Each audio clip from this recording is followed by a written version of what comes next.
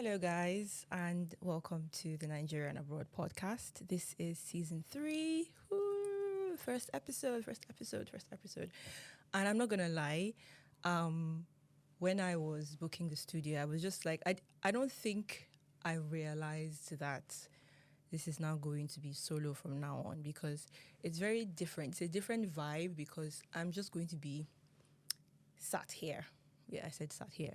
I'm just going to be sat here talking to myself and then knowing that, okay, there is like an engineer at the back listening to me talk, but then it's still like somewhat me feeling like I'm talking to myself.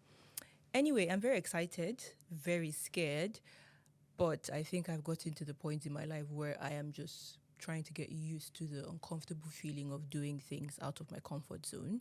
So here's to that, and here's to season 3 of the Nigerian Abroad Podcast. Welcome. What would you expect from this season? I would say there would be a lot more solo podcasts, solo episodes with me talking, and I rant a lot, guys. I feel deeply about a lot of things, and I just realized that why not just talk about it? I mean, you've experienced something, so why don't you just talk about it and stuff? And so, like, the average Nigerian, generally the podcast is about the immigrant experience, but the average Nigerian and somewhat the average immigrant, we tend to belittle our challenges and make light of it, and we joke about it. We're like, ha ha ha, oh my gosh, the UK has done this again about the immigration policies, about the immigration laws. What do we do? Oh my gosh. And then we adjust. And it's just the whole thing of the boiling frog scenario, where you are in a pot of boiling water, but the frog always has to adjust its temperature. But it adjusts so much that it doesn't realize that it's slowly boiling to death. Not saying that death bit was a bit morbid, but you get the point. Like, there are a lot of things happening as an immigrant. There are a lot of things we experience and we have taken to be normal that are not supposed to be normal. Even if they are normal, it's still something that is worth talking about. So the essence and the point of this podcast going forward would be to talk about the immigrant experience, to have conversations about these things, to create a relatable space, to create a community. So you know that, bruh, you're not the only one going through this thing. It is a shared experience. But beyond that, I think it is also something to create empathy in the non-immigrant. Because it is one thing for somebody to be like, oh, that's an immigrant, this person's moved to my country, blah, blah, blah. But it's another thing for them to understand what it truly means to be an immigrant in a country. Sure, it's the whole thing of, oh, they're coming into our country. Some of them say they're taking our jobs and all of that. But the immigrant experience affects not only your mental, physical, spiritual, also affects your career. And I think that is something worth talking about. So going forward in the podcast, what we're going to be doing is talking about every aspect of the immigrant life, every single thing that affects us, down to career, down to making money, down to buying a house, down to getting married, down to your everyday life, life on the tube, life on the bus, how every single change and every single policy affects the immigrant. So I'm looking forward to that. I'm looking forward to speaking more and using my voice, lending my voice, however little that voice is, but lending my voice to something as grand and as big as that. But I'm not going to go much into it without actually talking about the origin of the Nigerian Abroad Podcast. And it started in 2019, but not as a podcast. So for people who are not aware, I don't know to say if I was a dancer or if I'm still a dancer. Well, I was invited to perform with a youth group in Egypt. It was like an all-expense, one of the most memorable moments of my life. It was an all-expense paid trip. So Egypt, I'm not sure that program is still happening, but it was called the World Youth Forum. and they would get youth from all over the world to attend a conference for 3 days, all paid. You stay in one of the nicest hotels, meals paid for, and then you attend conferences like to further your career and all. So that was like the general public. As an artist, I was invited to perform. So the general people who would, and I'm calling them general, but like attendees, yes, that's the word. So the attendees were there for 3 days, and I was there for 2 weeks, 3 weeks, I think, 3 weeks, because we were rehearsing and training and all the other things. So it was like a musical theater kind of play thing. That was my first experience in musical theater, by the way. And all I knew was dance, so I had to like sing, act, and dance, and that was very interesting. So I was chosen. I made the application, and I was chosen to perform. And so I flew over to Egypt. It was paid for. I think the Egyptian government then was paying for it. Applied for my the visa story itself is even another thing entirely. But I feel like the whole situation of Nigerians applying for the Egyptian visa or Nigerians in Egypt is, I think it's a whole another podcast episode, and I'm not going to go into that. But I got my visa, and then I traveled to Egypt, and it was a fun experience. I met so many people there, and I met people from Colombia, people from Spain, people from Pakistan. I met somebody from Malaysia. I met someone from Syria. And it was very interesting to hear their stories, their life, life as artists, and then having like other jobs to support. Apparently, the art sector is underfunded everywhere. So anyway, it was very interesting to hear their story and hear their take on things. And when I would talk about Nigeria, not even in the whole, oh my gosh, I'm on Nigeria, but just talk about Nigeria where I'm from. One thing about me, I take a lot of pride in being Nigerian. My friends would think it's a lie, but whenever I am at work, because I work mostly with British people and white folk, I am very proud to talk about Nigeria. I'm very proud to talk about how rich the culture is. I'm very proud to talk about like the little things, even something as ridiculously funny as juju. I am like, this is it. It's just like when white folk talk about their dogs. That's literally me when I'm talking about Nigeria. But the thing is, when I watched them talk about their countries and then I talked about my own country, I realized how much I had to say. I realized how much I like to talk about Nigeria.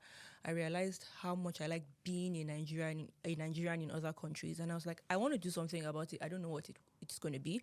At that time, I was knee deep in telling my story as a dancer. So I was like, I want to talk about something relating to traveling. There are loads of travel blogs and vlogs, and it was mostly the aesthetic stuff. And I don't know if I have energy for the aesthetics. I mean, it's nice. It's nice to wish. It's nice to hope to be able to achieve that kind of thing. But I'm too lazy to achieve that. So I knew I wanted to tell a story. I knew I was going to tell my story. I was already very good at telling stories anyway because I was sharing my dance journey. So it was one of the evenings when we had our rehearsals. And then I was like, I want to keep doing this. I mean, I don't really like traveling, but I'm like, I want to keep talking about Nigeria. And so I sat down. I don't think I was actively thinking about doing it. Maybe I was. And then I was just thinking, if I had a vlog, if I had a blog, if I had something, what do I call it? And it just came to me, the Nigerian Abroad. And I was like, okay. All I had was a name, by the way.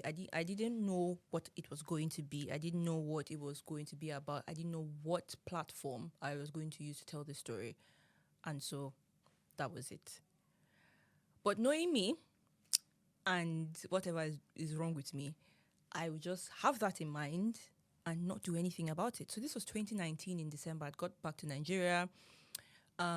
We were promised that we were going to perform again in January in Egypt, but that trip didn't happen because of COVID. Everywhere was shut down. So I just put my head down, focused on the main issue at hand, trying to get abroad to train in dance. So I was applying, and the school I think I applied for like 2-3 times finally accepted me. Took the very horrible route by hiring an agent. He messed that up for me. So my professional dance dreams of training actually went down the drain. And then the other option he brought up was, oh, do your master's in the UK, blah, blah, blah, blah, blah. It wasn't my first choice, but I was just like, you know what? I actually any opportunity that I can get to be in a professional dance class, I'll take it. And so I did that. And then I came to the UK, and boy, was I shocked at how hard it is to do anything being an immigrant. And I mean, there's just so many things that you cannot unpack everything in one episode, in 2 episodes, in 3 episodes. But that year went by. COVID was a very rough year. Imagine, like I came to the UK in October 2020. So imagine traveling in the heat of COVID. Immediately I landed, I was just put in isolation straight, 2 weeks. Like that was it. And then, okay, now you have to look for a job. No jobs because everything is all locked up, blah, blah, blah. Story for another day.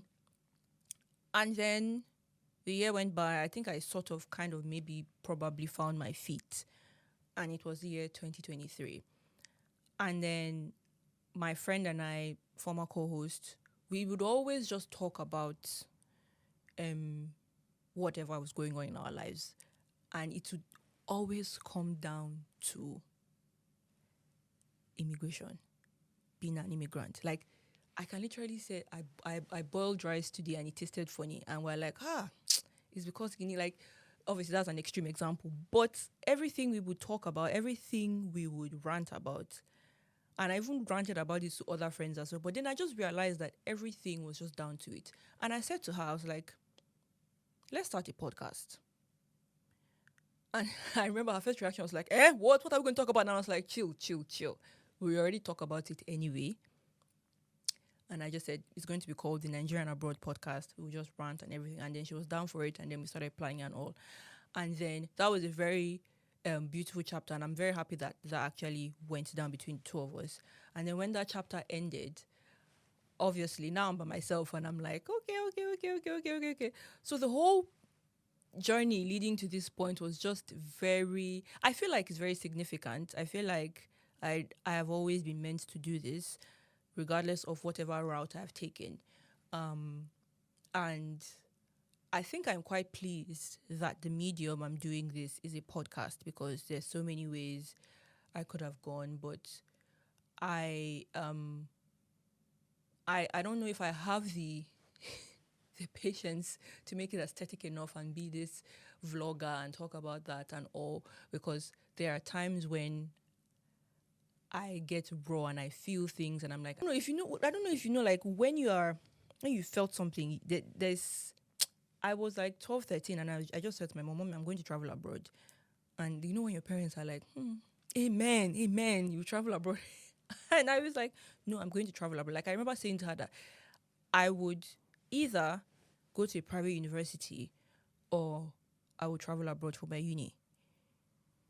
I mean, I eventually had both of them, but this is going to be in an episode that's coming out, I think, next week. So one of our guests, I spoke to her, and it was literally about like her deciding to move back, and which is very strange because a lot of us would be like, oh my gosh, how are you moving back? Ew. And I sat down with her and I talked to her about like what was going on in her mind and all of that stuff. And then something I said was, I've always wanted to move abroad, mostly because of the fact that, you know how here in the UK, when you have neighbors, you don't have to like greet your neighbors, you don't have to say hi to anybody. To me, that's one of the best things, because I don't have to interact with anybody. I had issues with that growing up because, call it being introverted, ADHD, whatever, something on the spectrum. I just never understood why. I get the respect bit, but I never understood why I'd be in my room or shared siblings' room, reading a novel, I'm deep into it, and then this very loud auntie just comes, hi Jay, you don't want to come and greet me. And I'm like, Jesus Christ. I honestly would feel like somebody would is pressing my brains together, because I never understood that concept, and it never appealed to me. Like, come out and greet this person. Not even as a sign of disrespect. Like, I never disrespected them. I just wanted to be on my own most of the times. And sadly, that's not a concept that a lot of African parents, aunties, and uncles understand. So a bit of my childhood was hard because I just felt like I did not fit in per se. But now I'm saying it out loud. I'm saying, like, if I say I did not fit in Nigeria, it sounds very privileged and all. But I didn't watch it anywhere to be like, oh, this child doesn't greet his parents. Why do you not greet it? It was just something that I just realized I never liked doing. And I was like, why do people want to do it? Anyway, I'd always wanted to move, but what I realized was that move came with survivor's guilt. And survivor's guilt is something that I feel like I have been struggling with since I moved to the UK. For me, the concept just comes from, I think I'm doing better than everybody and I don't deserve to be doing better than everybody. Like, who sends me work to do better? Like, somebody else come and take my place. And every time, I mean, like, when I speak to my family, when I speak to my friends, they're doing amazing. But I've just put this picture in my head that, why did I get to be the one to travel abroad and not somebody else? Why am I the one that has to be the one here? I'm grateful for this opportunity, but occasionally, having survivor's guilt is one of the things that I feel like plagues an immigrant. To this day, I think the funniest concept to me is when you land, like for the UK, I'm not sure about any other country, but when you land and you need somewhere to stay. But in order to rent a flat, you need a bank account. But to open a bank account, you need an address. And then you're now in this, where do I get bank account from? Thank God for Monzo. I mean, because I feel like Monzo is one of the banks that has really helped immigrants, because when I landed, I wanted to open a bank account, and actually, Monzo didn't help me, but it helped other people. So I'm just saying my own case is very peculiar. So I had to open Lloyd's because something happened with my Monzo account. So I had to open a Lloyd's bank account. And then Lloyd's, they were like, where is your address? And I'm like, I don't have one. I just got here. They're like, well, you need an address. And then I was in that weird cycle for like 2 weeks before somebody now said, oh, actually, you can just use your university address. I'm like, wow, you should have told me that sooner. But sure, like, I could have avoided the whole thing and all. So I was just carrying cash around because my mother gave me my rent money for like the term. And so I was just holding the cash. And like, obviously, as I declared it, I was like, this is how much I'm getting into the country with. I don't have a bank account, so this is how much I'm with. I was just holding it like, Jesus, Jesus, Jesus, Jesus, Jesus, Jesus, Jesus. And then that was how I was with. But then it's that whole thing of I didn't have enough to hold on to. So when I landed, I was put in isolation. Thankfully, my university was providing like 2 weeks isolation for students. So I was, thankfully, did not have to pay accommodation for 2 weeks, and I was able to sort out my life. But in those 2 weeks, I needed to buy things. I needed to buy food. I needed to buy what I would eat and all. And I was just looking at that money that was supposed to be for my rent, and I was just like, I'm seeing it here. I'm going to spend this money. Somehow I didn't. I mean, I think there was like an extra 50 or so that I was able to use and hold myself for those 2 weeks. And then I was able to get that. But I think that every time I speak to somebody about how was your experience when you came here, especially people who didn't like have somebody waiting for them, like with like a home or something like that. The rest of us that just came and we had to figure out our lives and stuff like that. It's always very interesting to hear it because they're like, oh, Mo, that's how I did this thing and did this thing. I didn't have accommodation. I ever heard somebody had to pay had to live in an Airbnb for, I think, 2-3 weeks before they were able to get accommodation, because student accommodation is very expensive.